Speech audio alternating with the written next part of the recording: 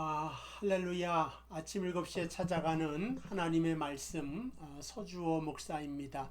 오늘 주신 말씀은 여호수아서 18장 11절부터 28절까지입니다. 오늘은 11절만 그러나 읽도록 하겠습니다.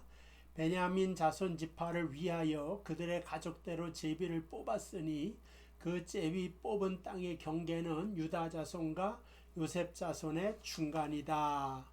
자, 오늘 계속해서 지파 간의 기업으로 준 땅에 대한 이야기입니다. 그러니까 베냐민 지파가 받은 기업은 어떠한 땅이냐 하는 것을 가지고 말씀을 전하도록 하겠습니다.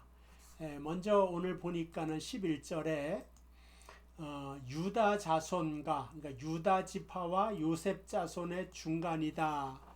베냐민이 할애받은 땅은 그렇게 크지를 않습니다. 남북으로는 짧고 동서로는 좀 긴. 근데 밑으로는 유다 지파, 위로는 요셉 자손이라고 했는데 요셉에는 아들이 에브라임과 므낫셋이죠.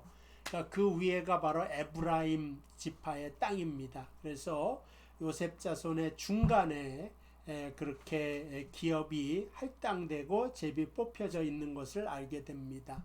우리가 가만히 생각해 보면 에브라임도 굉장히 큰 지파고 그래서 북이스라엘로 분리됐을 때 가장 대표적인 지파가 되죠. 그 다음에 유다는 뭐 말할 것도 없이 큰 지파인데 그 사이에 있습니다. 우리가 생각할 때는 뭐 고래 싸움에 새우등 터진다고 이렇게 위아래로 커다란 세력권의 지파가 있으니까는 좀 그렇다라는 생각을 가질 것도 같은데, 그래서 우리나라 같은 경우에는 뭐 일본, 중국, 소련 이렇게 끼어 있으니까는 여러 가지로 참 안 좋은 점도 있고 강대국 사이에서 수모도 겪고 침략을 당하기도 한 것 아니겠습니까? 근데 우리가 생각할 때 하나님께서는 베냐민을 거기다 둔 것은 신명기 33장 12절에 베냐민에 대하여 일렀으되 여호와의 사랑을 입은 자는 그 곁에 안전히 살리로다. 여호와께서 그날이 마치도록 보호하시고 그를 자기 어깨 사이에 있게 하시리로다 라고 하는 말씀을 주셨습니다. 자기 어깨 사이에 있게 하신다. 에브라임 지파나 밑에 유다 지파는 남의 나라가 아니죠. 소련이나 중국이 아닙니다. 일본이 아닙니다. 같은 형제 나라, 하나님을 믿는 그 형제 나라가 어깨가 되어서 그 사이에 내가 너를 편안하게 보호해 줄 것이다 라고 하는 언약으로 이 베냐민 지파를 그 사이에 놓은 것이지, 끼어서 한번 살아봐라 이렇게 골탕 먹으라고 준 땅이 아니다. 하나님의 정확한 섭리대로 보호함 속에 오히려 안전한 땅에, 가장 안전한 땅에 사는 것이 베냐민 지파였다고 하는 것입니다. 그래서 우리가 좀 생각해 볼 것은, 일단은 유다와 베냐민 사이가 나쁘면 안 되잖아요. 물론 나쁠 수도 있지만은 사실은 그 애굽에 가서 베냐민이 그 요셉의 그 뭐라 그럴까, 요셉의 계획에 따라서 애굽에 남아 있도록 은잔을 매는 가방에다가 놓고 너는 도둑질 했기 때문에 여기 남아야 된다. 그때 유다가 나서서 내 동생 베냐민 대신 나를 인질로 잡으십시오. 이렇게 베냐민을 대신해서 자기가 희생하겠다고 하는 말을 할 정도로 유다는 형으로 동생 베냐민을 굉장히 사랑했다. 이러한 전통을 가지고 있기 때문에 유다 위에 있는 베냐민의 땅은 좀 안전한 것이다. 이렇게 말을 할 수가 있습니다. 그리고 그 위에 에브라임 지파가 요셉 지파라 그랬잖아요. 그럼 요셉과 베냐민은 또 라헬이라고는 엄마가 같지 않습니까? 그러니까 이러한 것대로 끈끈하게 사이가 좋은 지파가 그 베냐민을 지키게 만들도록 하고, 하나님께서는 너는 두 날개 아래 두 어깨 위에 내가 너를 보호하겠다. 이러한 약속을 하는 것입니다. 근데 달리 생각해 보면 요셉 지파는 이런 하나님의 섭리를 모르고 때로는 불평할 수도 있단 말이죠. 그렇지 않습니까? 왜 이렇게 작은 땅을 주셨는가? 그럴 수도 있잖아요. 근데 그 베냐민 자파의 땅이 이제 작습니다, 되게. 그래서 그것을 가지고 불평을 할 수가 있지만은 오늘 21절 말씀에 보니까 베냐민 지파가 그들의 가족대로 받은 성읍들은 여리고와 그랬어요. 베냐민의 땅은 작더라도 여리고를 가지고, 여리고는 이스라엘이 가나안 땅에 들어올 때 가장 먼저 점령한 역사적으로 의미가 있고, 요단을 건너자마자 하나님이 허락한 땅이지 않습니까? 가장 노른자 땅을 할애받은 것을 보게 됩니다.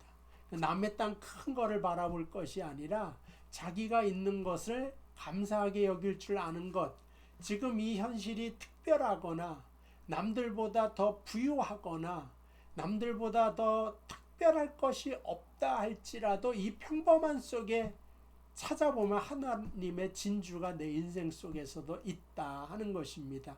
뿐만 아니라 22절로 보면 벳 아라바와 스마라인가 베델가 그랬어요.